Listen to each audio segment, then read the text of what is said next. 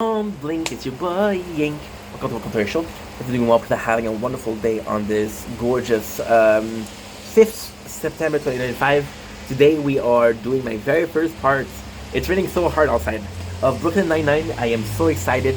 I didn't have a lot of time to watch it because again yesterday we finished Prison Break. I didn't have a lot of time to watch it, but we are at season 1, episode 7.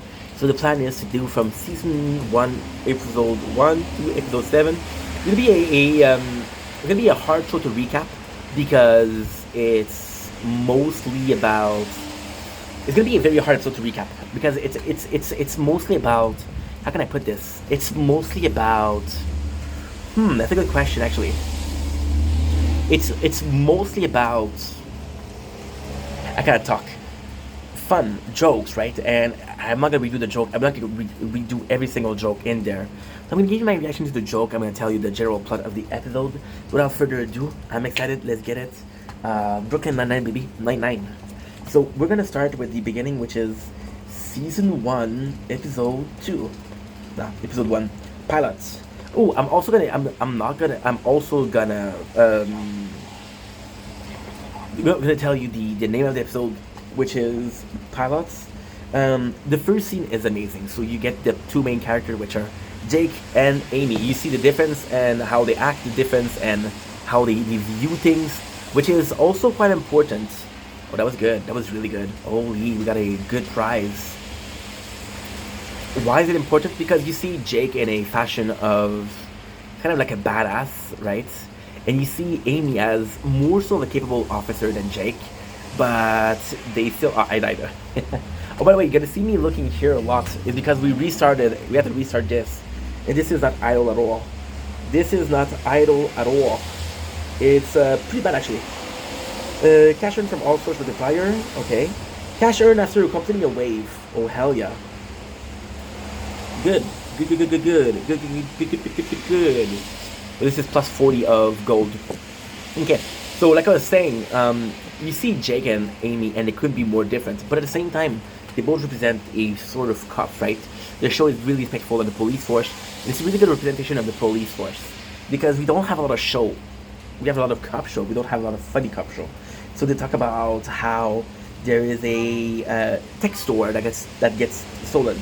So Amy goes by the book, and Jake is able to see like, hey, there's a nanny cam in there, so we know who are the culprits. So it's actually pretty freaking good because it does show how it is.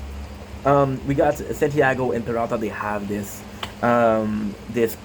contest going on. Who can make the most arrests? You get the precincts, which is kind of cool because you meet Charles, you meet Gina, you meet Terry, you meet Soli, and Hitchcock.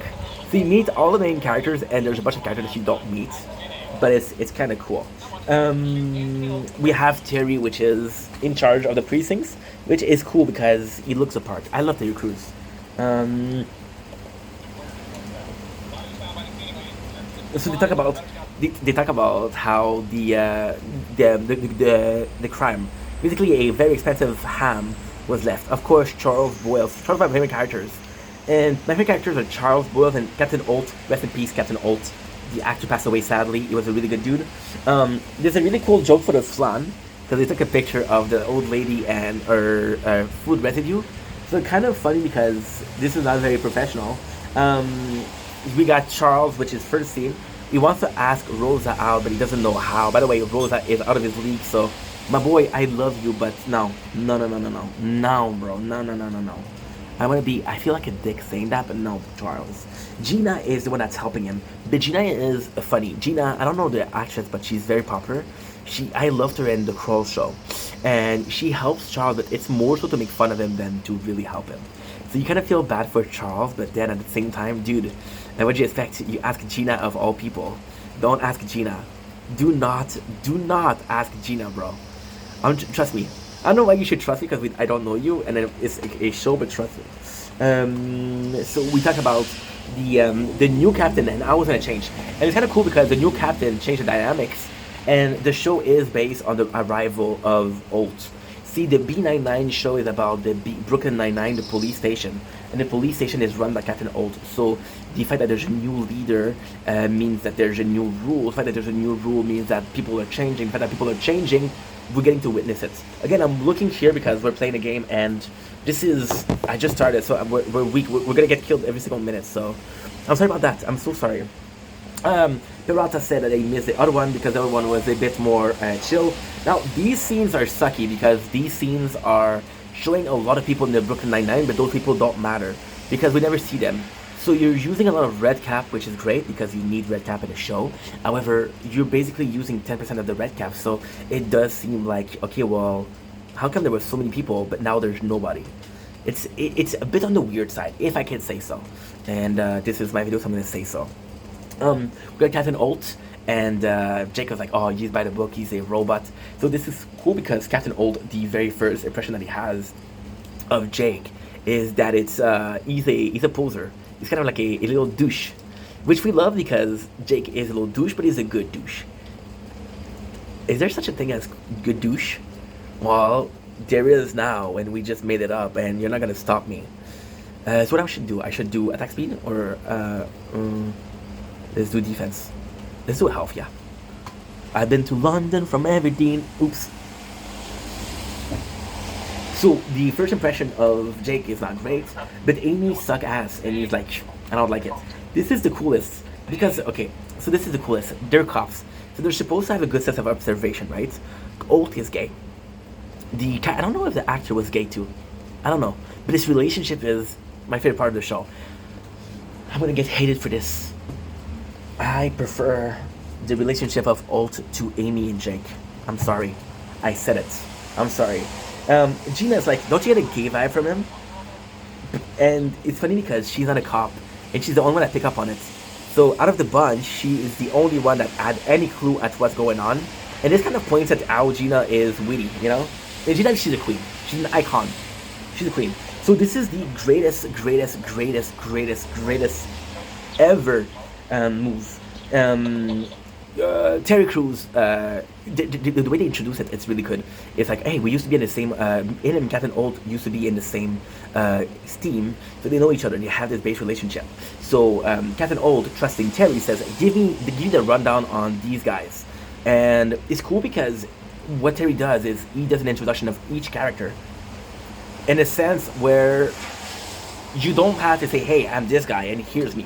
Terry Crews is explaining which character and their personality trait. It is also important because it makes sense. So for example, he tells how Rose is a badass. He tells how Jake is his best agent, but he didn't figure out how to grow up. He talks about how Charles is clumsy and a klutz and possibly the worst of them, but he has the biggest heart and he's the one that's working the hardest. Hitchcock and Sully, which are a complete mess. However, the show running joke. There's a running joke in the show. And the running joke in the show. Oh no! I'm sorry. We did the wrong thing. I'm not gonna watch it now because I'm gonna watch it when I have the event. And when I have the event, it's gonna count for one, which is gonna be good. So I have till tomorrow to unlock the event. Good. Okay. Perfect. Here. I'm afraid like a ghost. I've been to London from Aberdeen. Ooh. I'm at 15%. Today was a mess. We did a TikTok live though, which is pretty good. So we have more of Boyle trying to flirt with Rosa. Again, we got the famous restaurateur, which is the first victim, and how it goes. And Captain Holt tells Jake, put on a tie. I mean, you need to put on a tie. And Jake goes in, and he's again talking shit about Holt. Now, the cool thing is, Holt is used to diversity. First of all, he's black, and he's an old cop. So back in the days, there was a lot of more racism, possibly, than nowadays. And he was a gay cop, openly gay cop. So, and in this episode, they're talking about how it's hard for him. It's very, very sentimental, right? Which is good. So they're talking about. This is really cool. He spits off as Jake because Jake is a douche. But it's deserved. It's deserved. Jake is a douche. And I don't think that Jake does it on purpose, but it's just that he's resistant to change. And he should be resistant to change. So Charles is asking Rosa out, but Rosa doesn't want to go out with him. This is a pilot. Reestablishing that they have this crush, which is to sell the show. We have the second scene, which is really good. we have Gina and Oat, which is really cool because she's trying to bargain with him. So Gina is it's weird because Gina is kind of like the spy here. She won't talk shit about her colleague because they're not her colleague. She's not a cop. She's not a cop. So you know what I mean? It's not necessarily bad what she's doing, right? She is kind of gossiping though, and she's a queen, so she should gossip. I got 43 this time. That's good. That's good. That's really good actually. We'll do another one. I can't. Not great. Not great. Okay. 10%? 9% is go fast. We see the scene where it's kind of funny. They knock on the door to ask for suspect. Jake goes in and he goes to these guys and they're smoking weed. And it's like, yo, you know that weed's not gonna be go. Oh my god, I don't know what happened. Somebody came in and smoked weed. So Jake doesn't buy it. This is the funniest thing. There's this guy, right? There's this guy. And this guy goes in and they give him the picture and say, hey, you see this guy, and this guy doesn't understand what's going on, so he takes a picture. And thank you. This is a gift. Then we see the old man. I didn't find the joke funny, so who gives a shit? Jake is resistant to the whole thing about wearing tie. He's still resistant, so he's trying to be funny, which is kind of funny because Captain Old humiliates him. He's like, "Want to play? Let's play." You got Radko, and this is really cool because this shows that Jake is a great cop. They play the rules. They play the crime. They pretend like they're the crime, and it's kind of cool because you also see the bromance between Charles and Jake. Charles and Jake do have a bromance, and it's a beautiful bromance. How am I dead already? Fuck. Radko is a bad guy, but they don't have a proof. There's this really funny scene where there's a old woman shopping, and they're telling her, "Yo, move out the way," and she doesn't move out. This was really funny. You have the guy that made a mistake. Jake is punished, so he goes to the recording room where this is his punishment. Guys, I'm not gonna be able to do it. So we have a legacy of Oat, how he captured one of the cops, one of the biggest criminals. So that's actually pretty cool. Charles asks Rosa out. He gets rejected. After her, I like 6%. Jake is able to see that the case of the hamon, or the expensive ham, is very similar to a case that happened in the past. They could be related, and if they're related, then Radko is possibly the main suspect. They go on a stakeout, right? And Oat tells a story and about how he was shot at a police cop. He was shot at a police cop. I'm gonna get my battery charger.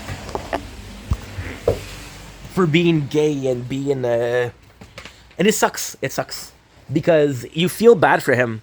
So Oat was a gay cop, and he kind of got bullied for it. He got kind of put aside for it, and they really treat him dirty, right? And he was a good cop, so he said he didn't complain. And now, because the police wanted to look good, they were more than open. They were more than open to have an openly gay black general. They hit like the what should I call it? I don't want to be a dick. The diversity jackpot, right?